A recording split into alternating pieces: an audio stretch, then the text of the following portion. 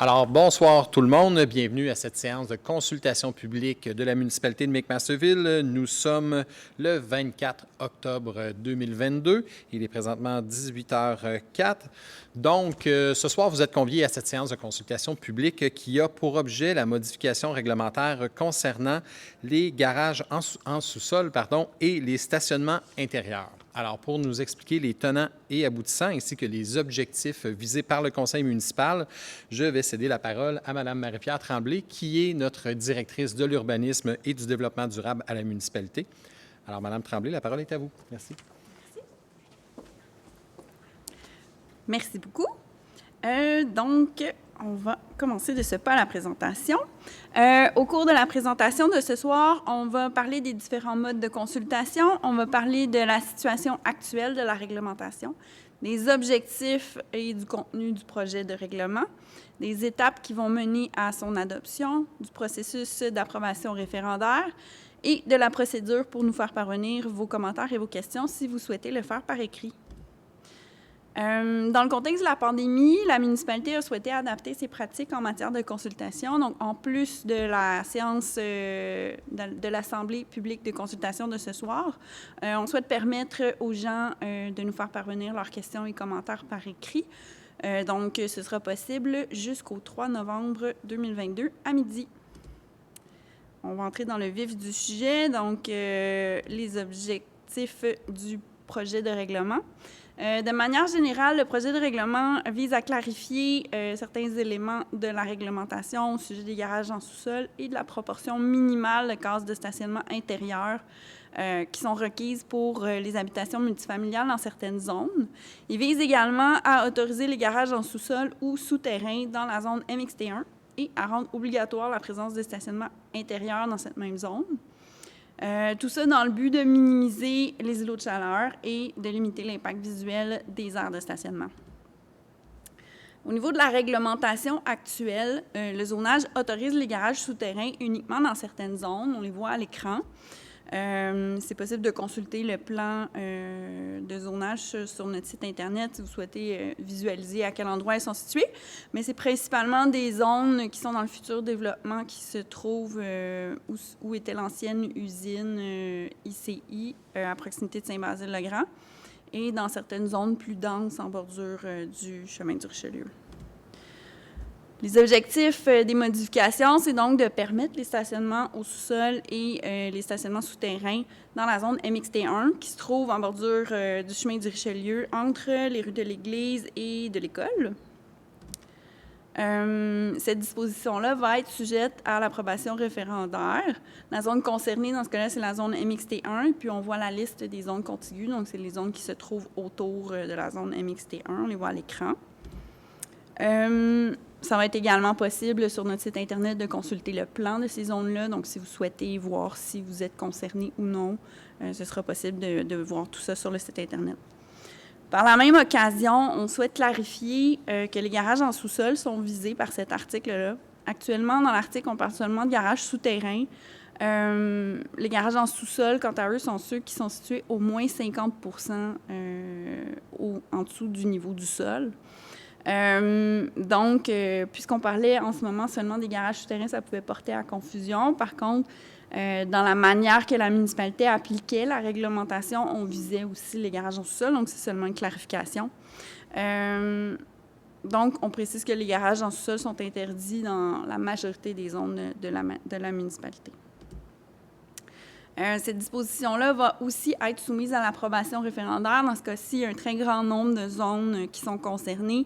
Donc, vous êtes invités à consulter le document de la présentation sur notre site Internet pour voir toute la liste des zones ainsi que le plan pour visualiser si vous êtes concerné ou non. Donc, il y en a même 2 diapositives. Donc, ça, c'est pour la première portion du projet de règlement. Dans la deuxième portion du projet de règlement, on souhaite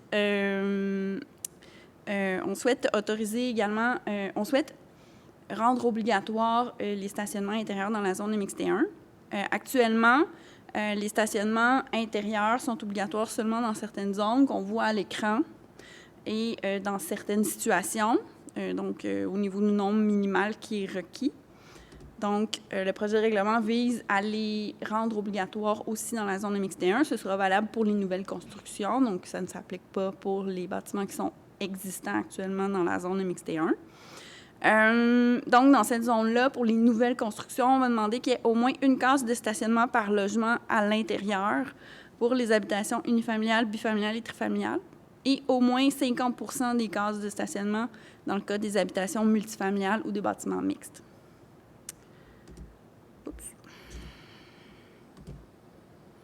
Cette disposition-là aussi va être soumise à l'approbation référendaire. Donc, la zone concernée, c'est la zone MXT1 et les zones contiguës, c'est les zones qui sont situées tout autour de cette zone-là. Par la même occasion, on en profite pour clarifier que pour les habitations multifamiliales, dans les autres zones qui étaient déjà concernées par cette règle-là, c'est une proportion minimale de 50 % des cases de stationnement qui doivent être à l'intérieur. Puisque de la façon que le règlement était rédigé actuellement, c'est comme s'il fallait qu'exactement 50 % soient intérieurs, puis c'était pas exactement ça qu'on voulait dire. Donc, on vient le clarifier. C'est aussi une disposition qui va être soumise à l'approbation référendaire. Donc, encore une fois, il y a plusieurs zones qui sont concernées, plusieurs zones qui sont contiguës. Je vous invite encore à consulter notre site Internet pour pouvoir visualiser le tout. Donc, ça termine la section sur les objectifs du projet de règlement. On va maintenant parler du processus d'adoption et d'approbation référendaire. Comme mentionné précédemment, il y a la majorité des dispositions du projet de règlement sont susceptibles d'approbation référendaire. Les zones contiguës et les zones concernées ont été mentionnées précédemment. Les prochaines étapes du processus d'adoption, ça va être l'analyse des questions et des commentaires qui vont être reçus au cours de l'Assemblée publique de ce soir et au cours de la consultation écrite qui va se terminer le 3 novembre à midi. Tous les commentaires et les questions vont être transmis à l'attention du conseil municipal. S'il y a lieu, on va faire des ajustements au second projet de règlement avant qu'il soit adopté. Ensuite, le second projet de règlement va être adopté. Il y aura une période pour effectuer une demande d'approbation référendaire si certaines personnes le souhaitent. Si aucune demande d'approbation référendaire est reçue, le règlement va être adopté sans changement. Ensuite, il va être acheminé à la MRC qui fera une analyse et qui pourra émettre un certificat de conformité. C'est à ce moment-là que le règlement va entrer en vigueur. Au niveau de l'approbation référendaire, ça se fait en 3 étapes. Dans un premier temps, il y a une période pour déposer une demande d'approbation référendaire. Par la suite, s'il y a suffisamment de gens qui ont déposé une demande, il y aura une période d'enregistrement.